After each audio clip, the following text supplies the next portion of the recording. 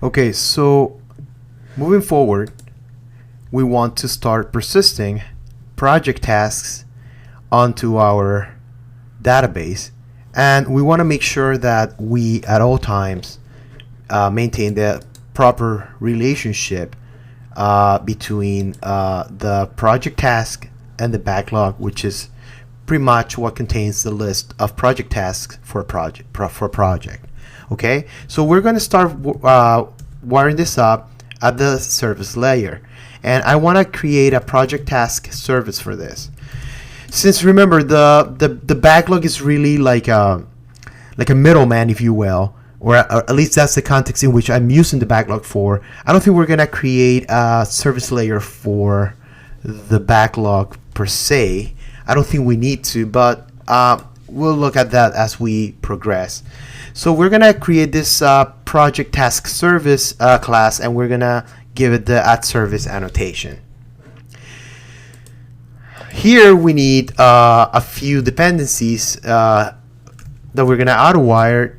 Right off the bat, we know that we're gonna need the backlog repository, and we're also going to need the project task repository. I don't think we need the project repository in here. I'm pretty sure we don't. Okay, perfect. Project, no, not the service. What am I doing? I'm sorry. It's the project task repository, what we need in here. Good. So we're going to create a method here, a public method that returns a project task, and that is going to be called @project_task. Okay. Now, how we're going to wire this up at first, it's going to be very simplistic.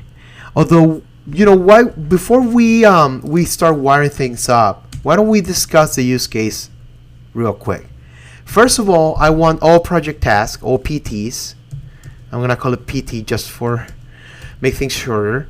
I want all PTs to be added to a specific project. Okay, so we're not going to create project tasks that don't belong to nothing. Okay, to a specific project. Let me put this not null project. Perfect. Or project not null. Cool. That's the first thing that I want to make sure. Okay, that the project exists. Now, then we want to and by the way, just coming back here, so if the project's not null, that means that the backlog exists. Okay, so because remember, we have a relationship here. We have a one-to-many relationship. So that means that when we create a task, we need a we need a backlog object that we can refer that task to. This will make more sense as we start wiring this up. Then we want to obviously set the backlog to the project task, okay?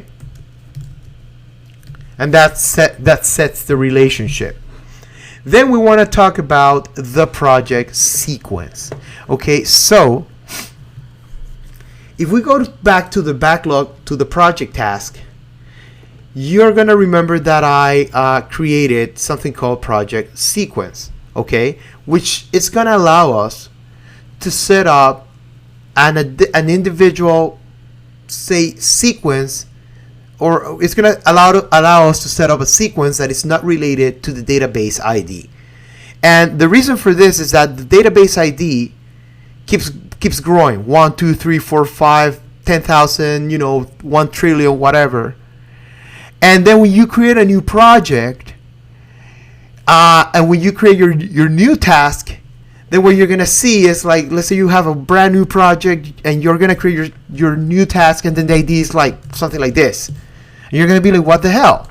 No, the way we're going to architect this is that the project sequence is going to be the project identifier, and as you remember, the project identifier is anywhere from 4 to 5 characters, and let's say ID pro, let's say that this is actually a valid project identifier, and what I'm talking about is this right here, okay? And what we want it for this to be is that it's the project identifier and the ID of the task within the project, not from the database ID, within the project. Okay, so when we create the first one, we create the first one. When we create the second one, we create the second one, and so forth, regardless of jumps in the database ID, right? Because this can be, and I really want to bring this home, this can be ID 23, but then ID Pro 2 can be database ID, Jesus, it could be database ID 99. And you don't want to see those jumps. You want to see this to keep a nice sequence. Okay? So I'm just going to write this requirement here. We want our project sequence to be like this. Okay? This is how we want to structure it. All right? Now, the other thing that we want to do here is that we want the sequence to keep growing.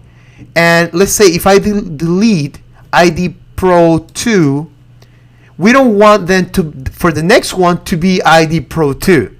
Why would we want that? Right? I want that if I delete this one, then the next one's still going to be 3. And that's the reason why we're keeping this here. And that's why we have to initialize it to 0, because we're just going to keep growing this and assigning that to the string. Okay? And regardless, if I delete, let's say we have 100. And I delete all of them from 2 to 100, I still want the next one to be 101. Okay? In this use case, this is how I want to wire it up. This is an architectural or design decision that I made. And, it's one that makes a lot of sense to me, because in the end, you want to see how your project is growing and how many tasks you have had in the past, even if you deleted a few. Okay? All right, perfect. So, once we create a task, before we persist a task, then we want to obviously update the backlog sequence. Okay, because we want to make sure that then we are extracting the right sequence here and that we are updating it so that when we start creating something else, we get the right one there. Okay, cool. So what are other considerations when creating a project task? First is going to be that we're going to set an initial priority. Okay, if you remember from our demo, we have low priority. We have low priority, we have medium priority, we have high priority, and it groups the tasks based on the priority. So in order for us to support that functionality, then we're gonna set an initial priority when priority is null. So if we try and create a project task without the priority, right? When priority is null, then we set an initial priority. And I think we want to do the same thing with the status, right? Because remember, the status is what governs the columns. As you remember from the demo, we have a to do, an in progress, and a done one. The status is what's going to govern in what column this is going to be. So this shouldn't be null, or else our UI is not going to know what to do.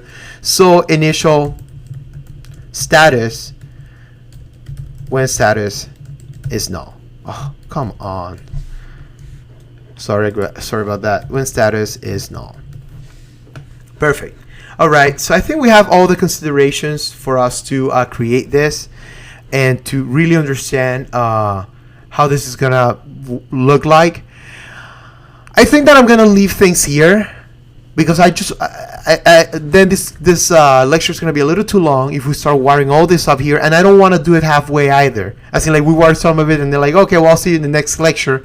I do want to try that all lectures we have something that we can test, and that's very important to me. Okay, so I'm gonna leave things here. Thank you for watching, and we'll start wiring this up in the next lecture.